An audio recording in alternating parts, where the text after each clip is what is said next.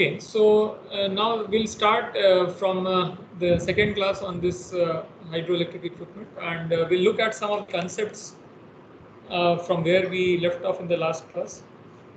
So we started discussion on this particular thing, and as we discussed last time also, that it is always the interaction between two magnetic fields which produces this operation of the electromagnetic equipment or the rotating electric machines. So in this case, as it is given here, in a synchronous generator, a rotor magnetic field is produced either by designing the rotor as a permanent magnet or by applying a DC current to a rotor winding to create an electromagnet. So both these options are possible. So this rotor which is there, we can refer to this also maybe. So this rotor, either it can be like this, like shown here, that these can be all permanent magnets, like in this example, we have north, south, pole, different magnets here. One option is this. Another option it says here is that, you can have a rotor winding, and when you give current to this, as we discussed last time also, is that by Fleming's right hand rule, if your fingers curl around the direction of the current, then the thumb points in the direction of the magnetic field. So another option is that you have these windings, as you can see here, the windings around the poles. Now these windings will carry some current, and depending upon what is the direction of the current, the magnetic field is generated. So typically it is opposite. Each successive pole is having opposite polarity. So one north pole, then another south pole, then north pole, then south pole, like that the machine is designed. So both the options are possible. So the rotor is designed like that. Now what happens regarding the operation, it says the rotor of the generator is then turned by a prime mover, producing a rotating magnetic field within the machine. So this rotor, it is, and also by the way, when it is carrying a current, it is an electromagnet, then also the point to be noted is that it is a DC current. Okay, so for synchronous generator, either you have a permanent magnet or it is a DC current which you supply to the rotor windings. And DC current means direct current, it will always have the same polarity. Same polarity means the direction of the current flowing in the winding remains same, and therefore the direction, the polarity of the magnetic field generated also remains same. So what is north pole will always remain north pole, what is south pole will always remain the south pole. So what we do is that, okay, so even if it is an electromagnet, you have these stationary poles and the stationary magnetic field. But if you recall, there is some very famous law of physics which comes into picture here. What was the name of that famous law? Anyone can recall? Just a minute, the battery of this thing is going down. I'll just put on the battery, the charger.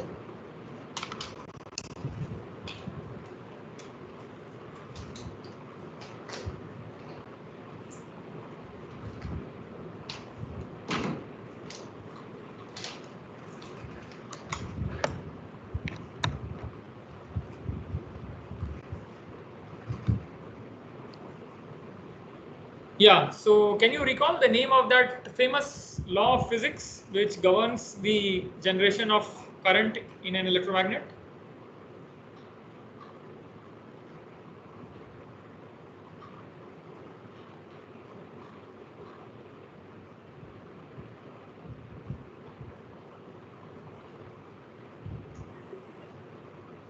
No one recalls that? No, sir. So Faraday law? Right. Who was that? Who told that answer? Shivam Dhiman, sir. Shivam. Okay, thank you, Shivam. So very correct. So this is the Faraday's law of electromagnetic induction. And basic physics, everyone must have studied, but let's just revise it.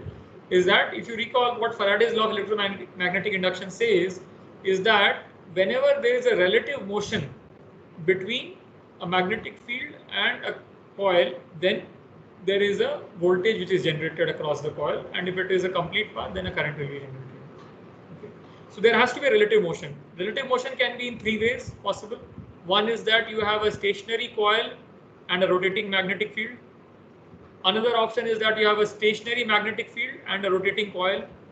And third is that both of them are moving with respect to each other, relative motion. Okay, so in this case, the same principle is applied, and in this case, what is happening is that Coil where the current is to be generated, that is stationary. So the coil where the current will be generated, where your generated voltage and current will come, that is placed in the stator winding, in the stator, which is on the encasing of this machine. And as we said, stator is the stationary part, it cannot move. So the coil is stationary. So only option is that we need to move the rotor. The magnetic field should move, rotate. So now there is another way of rotating the magnetic field also by having a AC supply, but we are not doing that. Will not go in that here right now. Right now, as we said, it is either a permanent magnet or a DC current on the rotor winding. So what is happening is that there is this, as we said, there are these stationary magnetic field. The north pole remains north pole, south pole remains south pole, and these poles are stationary with respect to time. So what we now do is that we connect this shaft, the shaft of the rotor. This is connected to a prime mover, and then as the prime mover rotates, this thing rotates, and hence the magnetic field starts rotating effectively, because north pole is north pole and south pole is south pole, but then they are moving with respect to time. So there is a relative motion. The stator is having stationary coils and your rotor is having a rotating magnetic field. So there is a relative motion between the magnetic field and the coil. And as a result of that, as per Faraday's law of electromagnetic induction, there is a voltage which is induced in the stator winding. So that is what it says. This rotating magnetic field induces a three-phase set of voltages within the stator windings of the generator. Okay. So this is the operation in brief of a synchronous generator. Any questions on this? Feel free to ask, please.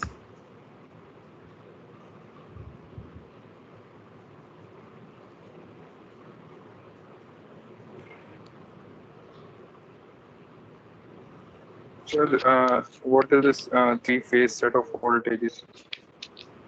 Okay, so I'll just give you a brief.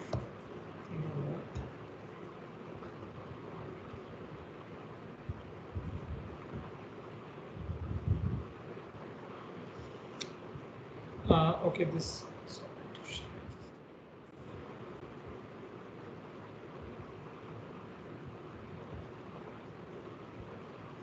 Okay, so I hope now you can see my screen, this whiteboard. Yes, sir. Yeah. So as I was I was discussing in the other class 528. So I'll just quickly review that concept. But yeah, I'll request all of you to just go back and look at the basic concepts of your electrical engineering. But no problem. Even if anytime you have a doubt, you can feel free to ask. So this is the idea: is that whenever you have a AC voltage and current, it's basically going as a sinusoidal wave. Now what happens here is that let's say this is the voltage waveform and another one is the current waveform, let's say. Sorry. Okay, so one is the voltage waveform and second one here, this is the current waveform.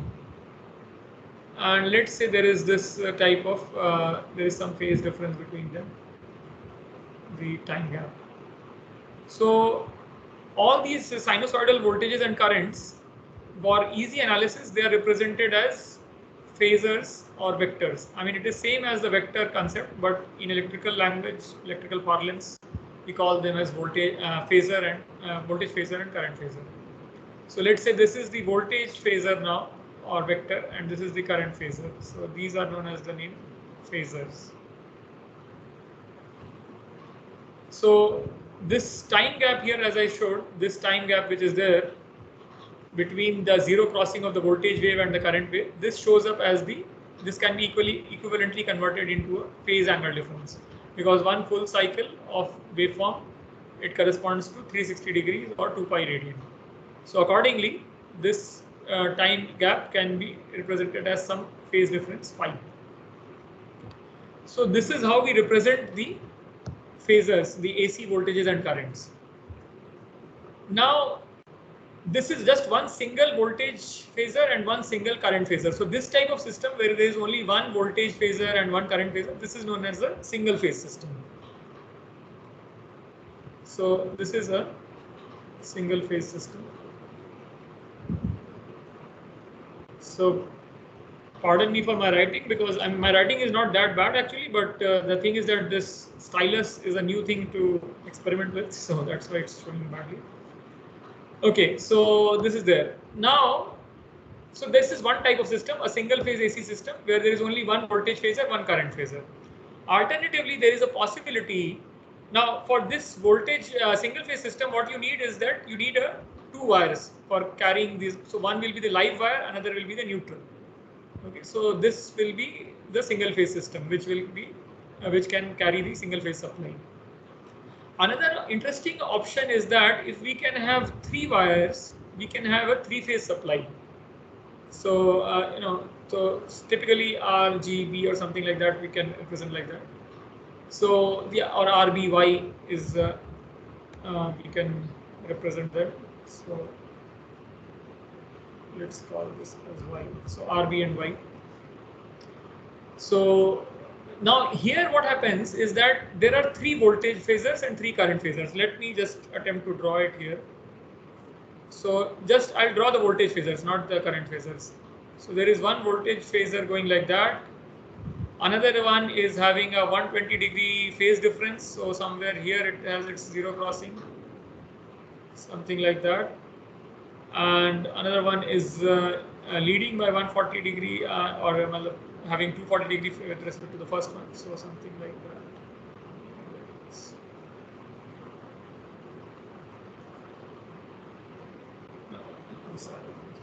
So the idea is that there are three phasors, and so each voltage phasor is separated from the other by 120-degree electrical. So these are not mechanical degrees; these are electrical degrees. And so this is, let's say, the phasor 1, V1. This is phasor 2, V2, and this is the phasor 3, V3. So each of these is voltage phasor, and correspondingly, each one will have its own current phasor also. So V1 will have I1, V2 will have I2, V3 will have I3. And ideally, in a balanced system, the phase difference between each pair will be 120 degrees. So each pair will have 120-degree phase difference. And what is the good thing here? Now, what is the advantage? Is that if you see, you have just increased one particular conductor in this system, two, you are now having three conductors, but the power output is much higher. So for a single phase system, your power output is the VI cos phi. Phi, where phi is the phase difference between voltage and current. Whereas for a three-phase system, let's write it as P3. Now this becomes √3. VL is the line voltage, IL is the line current, and cos phi again is the phase difference. So cos phi will be for each pair. So corresponding to this V1, there will be one I1, and this will be the phase difference phi. Same way, there will be another I2 and one I3. So as you can see here, just by common understanding also, you can see that you have just increased the one conductor from 2, you have gone to 3. So you can say 50% more conductor material, but the power output is √3 times higher. So there is a distinct advantage. So every big system, wherever there is large power generation, large power consumption, or large transfer of power, bulk power transfer, each of those systems will be basically a three-phase system. So typically every power plant, which is a hydropower plant or thermal power plant or any of these conventional power plants, they are typically always a three-phase system. And due to the simple reason, because you can, with the same type of material, you can same type of you can say the conductors and all, if you put them in a three-phase type of arrangement, then the power output is higher. So you can have this particular, so this is how the power is generated in a three-phase system. This is basically a three-phase system. We'll come to how it is generated, will come later. So this is a three-phase system, which is having a distinct advantage over single-phase system for bulk power generation, bulk power transmission, and also for bulk power consumption. So all the large power consuming devices or large power generating devices or large power transmitting systems, they will always be three-phase systems. Single phase is only for very small systems. So in the entire transmission network, in the entire power network, in fact, if you see, generation is three-phase, transmission is also three-phase, In distribution system also, there are two levels. Primary distribution is in a three-phase power, and then only the secondary distribution, which is to the very small consumer, the residential, retail consumer, residential or small commercial consumers, that is done at the single phase level. So that is the idea. Any questions on this?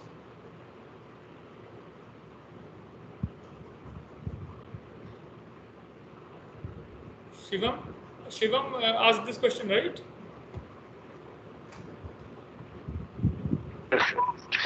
Yes, sir. Is it clear? Any doubts you have? No, sir. No, sir. Okay, so this is the fundamental idea. You can always, I mean, it's good you can read some book also on this. As I said, the first chapter of basic electrical engineering, this will have these things. So this is the basic idea. What is a three-phase system? Now coming to our thing, as we said here, this rotating magnetic field induces a three-phase set of voltages within the stator windings of the generator. Now one might question that how this is happening. So let's look at this also in brief, conceptually first of all. So what happens here is that I'll try to draw this thing. Still, I'm in the learning phase, so it's a little bit tough. So we have, let's say, this is your generator. This is the stator of the generator, and I mean something like something like that. Let me.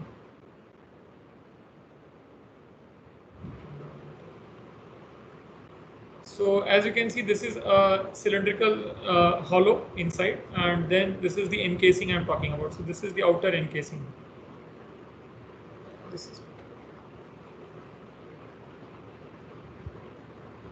So this is the stator. Now this is a hollow. Here, this in between part is a hollow where your rotor goes. So your rotor will be sitting here, and its shaft coming out of the plane of the paper. So this is the cross-sectional view, and this is the stator now, which is like a cylindrical encasing. In between it is hollow. So what happens now is that in this stator, at the periphery of this stator, there are some slots. So you can put it anywhere, and in fact, it is put across the periphery of the stator. That's how it is done. But for understanding, I'm just showing it as concentrated at few places. So let's say if I put one slot here, another slot here, and third slot here. And now if I put a winding, one particular coil going here, another going here, and third going here. These three are. So these are like 120 degree electrically, mechanically 120 degree apart also. So the separation between them is 120 degree each. Now in such a system, when you have your three-phase winding mechanically distributed in 120 degree apart, now if you put your rotor here, as I discussed earlier, as we discussed in this thing, you just put your simple rotor either with a permanent magnet or a DC current operated electromagnet.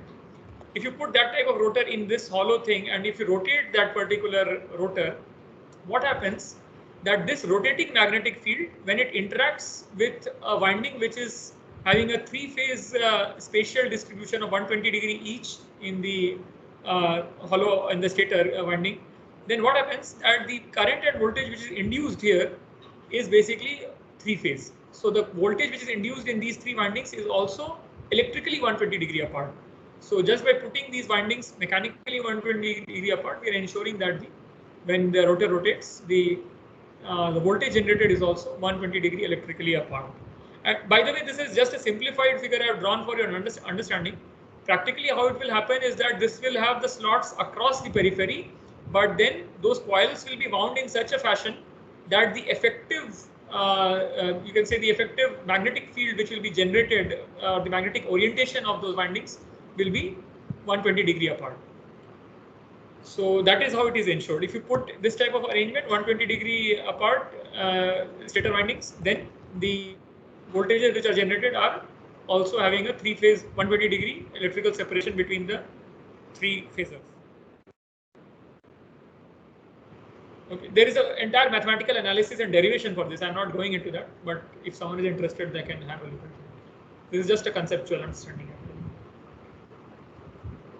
Okay, any question? No, sir. Please feel free to ask anyone if you are having any doubt, because many of you are from different other branches. Anything, even if it appears silly, no problem. You can ask, we can discuss it. And this is also a tutorial class, so it's meant for discussion.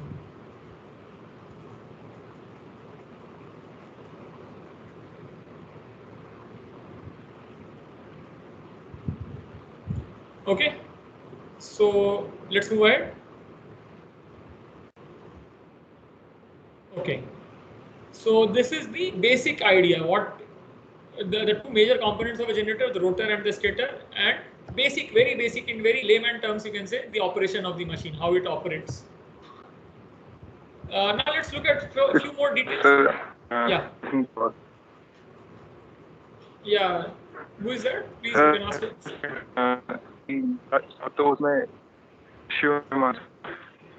Shivam, yeah, your voice is breaking up. Hello. Yeah. Yes. Yeah, Hello, sir. Yeah, tell me. Sir क्या मतलब sir इसमें एक sector में या होगी या फिर एक डीसी करंट प्रोवाइड करेंगे? Shivam, I think the connection is very poor at your end. What you do is that you type your question in the chat box. I mean, it's very much breaking. The voice is just one word, two words, and then breaking, so it's not visible, not audible actually. Hello, sir. When you speak small sentences, then it's then audible. But when you speak a longer one, then it's not audible really.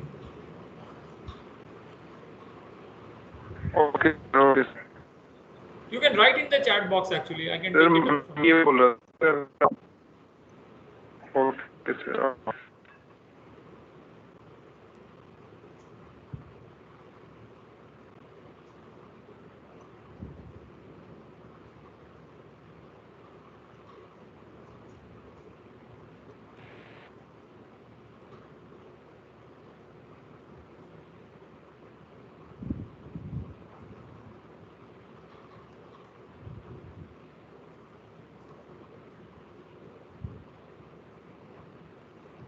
I hope you are writing your question, Shivam.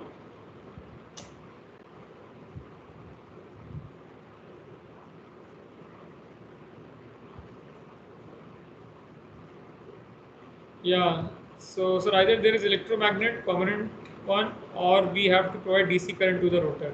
Yeah. So both the options are there. Either way, it is okay, as it says here, and we will look at some arrangements also, practically how it is done. But either way, it is okay. Either it can be a permanent magnet. So the permanent magnet is known as PMSM, permanent magnet synchronous motor, usually, typically, not in generators. So usually the synchronous motor will come with permanent magnets. So conceptually, both are okay. Practically, if you ask me how it is done, then practically what is happening is that we have a DC current and it is a field winding. I'll come to that as we go ahead.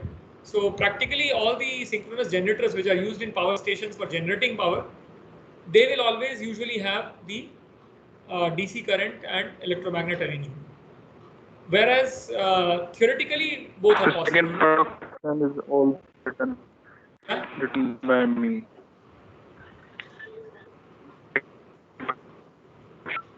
Achha, second question, since we are providing DC current, why it is being called as generator? Okay. So again, actually you are asking questions which we'll be discussing ahead, but okay, I'll just give you a brief reply of that. Is that this is just the exciting current. There is a term for this. There's excitation winding, it is known as. So it is just the excitation current, and it's very small in magnitude. So suppose the output of your generator, the output current, the armature current which you are generating, let's say that is 1000 amperes. So the current which you are providing as the DC input might be hardly 10 amperes or so. Okay.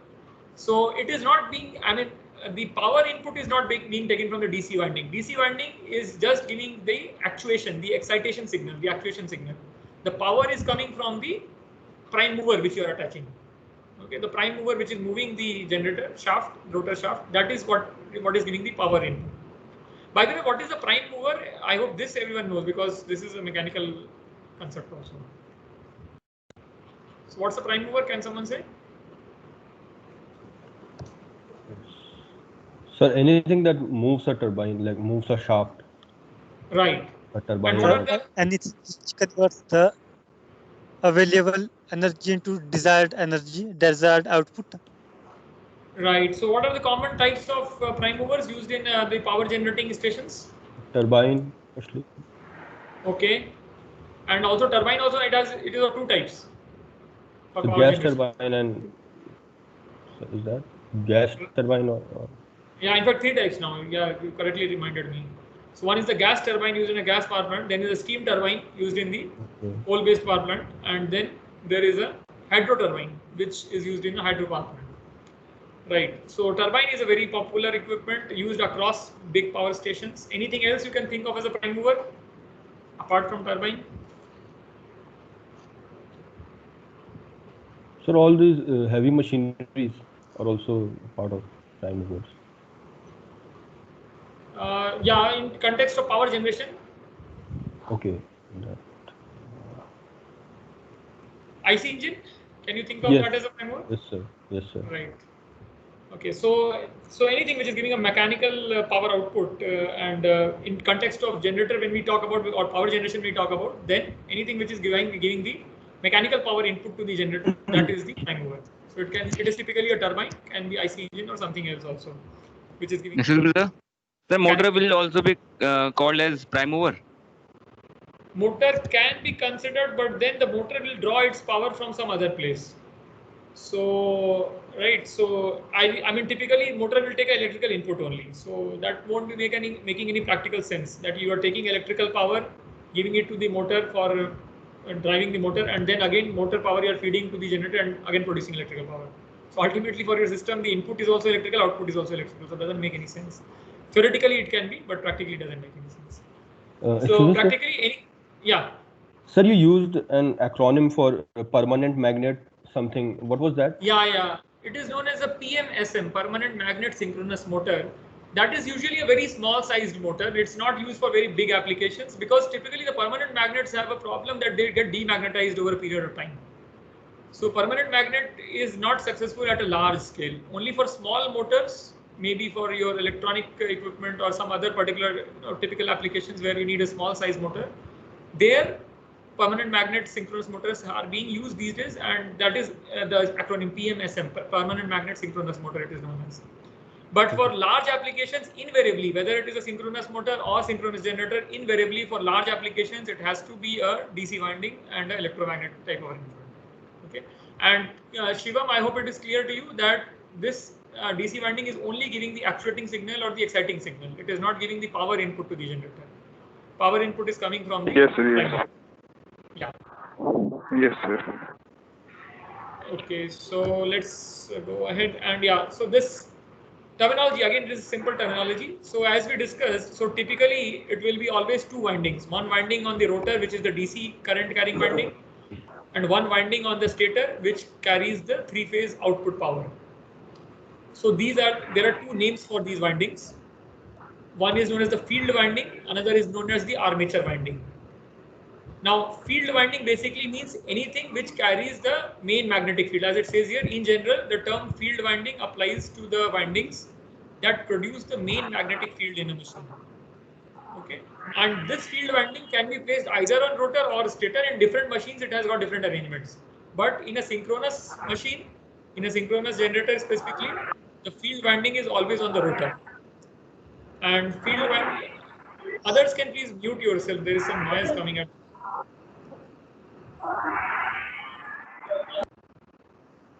Yeah, thank you. So this field winding is what carries the main magnetic field in the machine. So to give you the analogy, what we are talking about here, the analogy is something like this. Just for conceptual understanding, for giving an analogy, the machine is not designed like this, but just to give you the analogy. Like we discussed last class also, that there is this north-south pole permanent magnet, and there is some coil which is placed this magnetic field. So field winding is what generates this particular steady magnetic field, or the main magnetic field in this machine. So this, like this North South pole magnet, equivalent of that is the field winding. So as it gives here, so it says here the field winding applies to the term field winding applies to the windings that produce the main magnetic field in a machine. The operating magnetic field of the machine is generated by the field winding. And the term armature winding applies to the windings where the main voltage is induced. So where the voltage is induced and the power is generated, that is the armature winding. And please note, so these are two different classifications. Rotor and stator is a mechanical classification. Anything which is rotating is rotor. Anything which is stationary is stator. That is a mechanical classification. Field winding and armature winding is an electrical classification. So any winding which is generating the magnetic field, main magnetic field, that is the field winding, and any winding which is carrying the induced voltage and current, that is the armature winding. And conceptually, either of these can be placed on each one. So rotor can have the field winding or stator winding, or stator can have the field winding or stator winding, and the arrangement is different in different machines. But synchronous generator or synchronous machine, what we do is that here always by convention what we do is that we place the field winding on the rotor, and therefore it is also sometimes known as the rotor winding. And stator winding, on the stator we place the armature winding. So that's why sometimes people also call it as stator winding. But for your clarity, I would always suggest you, I will advise you, is that keep it very clear that rotor and stator are mechanical classifications. So rotor means the rotating part, stator means the stationary part. So whenever you want to talk about the mechanical classification, talk about rotor and stator. When you want to talk about the electrical terms, the windings, then probably it's always advisable to use field and armature terminology. So field is what is generating the main magnetic field. Armature is what is carrying the generated voltage and current. And for your understanding, you should always know that in the synchronous machine, the field winding is always on the rotor and armature winding is always on the stator. So that is some fundamental concepts. Any questions you have? No, sir.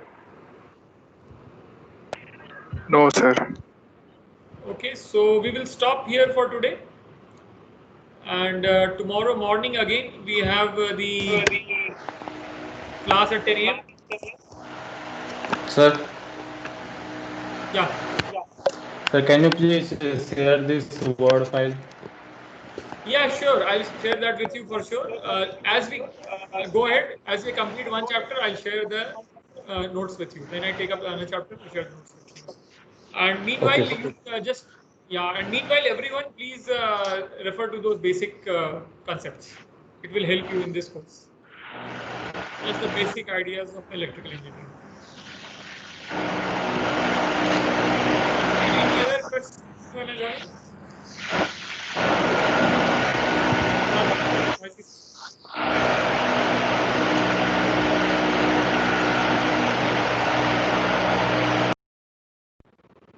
Okay, so we'll end here and we'll meet tomorrow morning 10 a.m. Thank you, sir. Okay then. Okay, sir. Yeah. Thank you, sir. Thank you, sir. Okay. Thank you, sir. Bye bye, sir.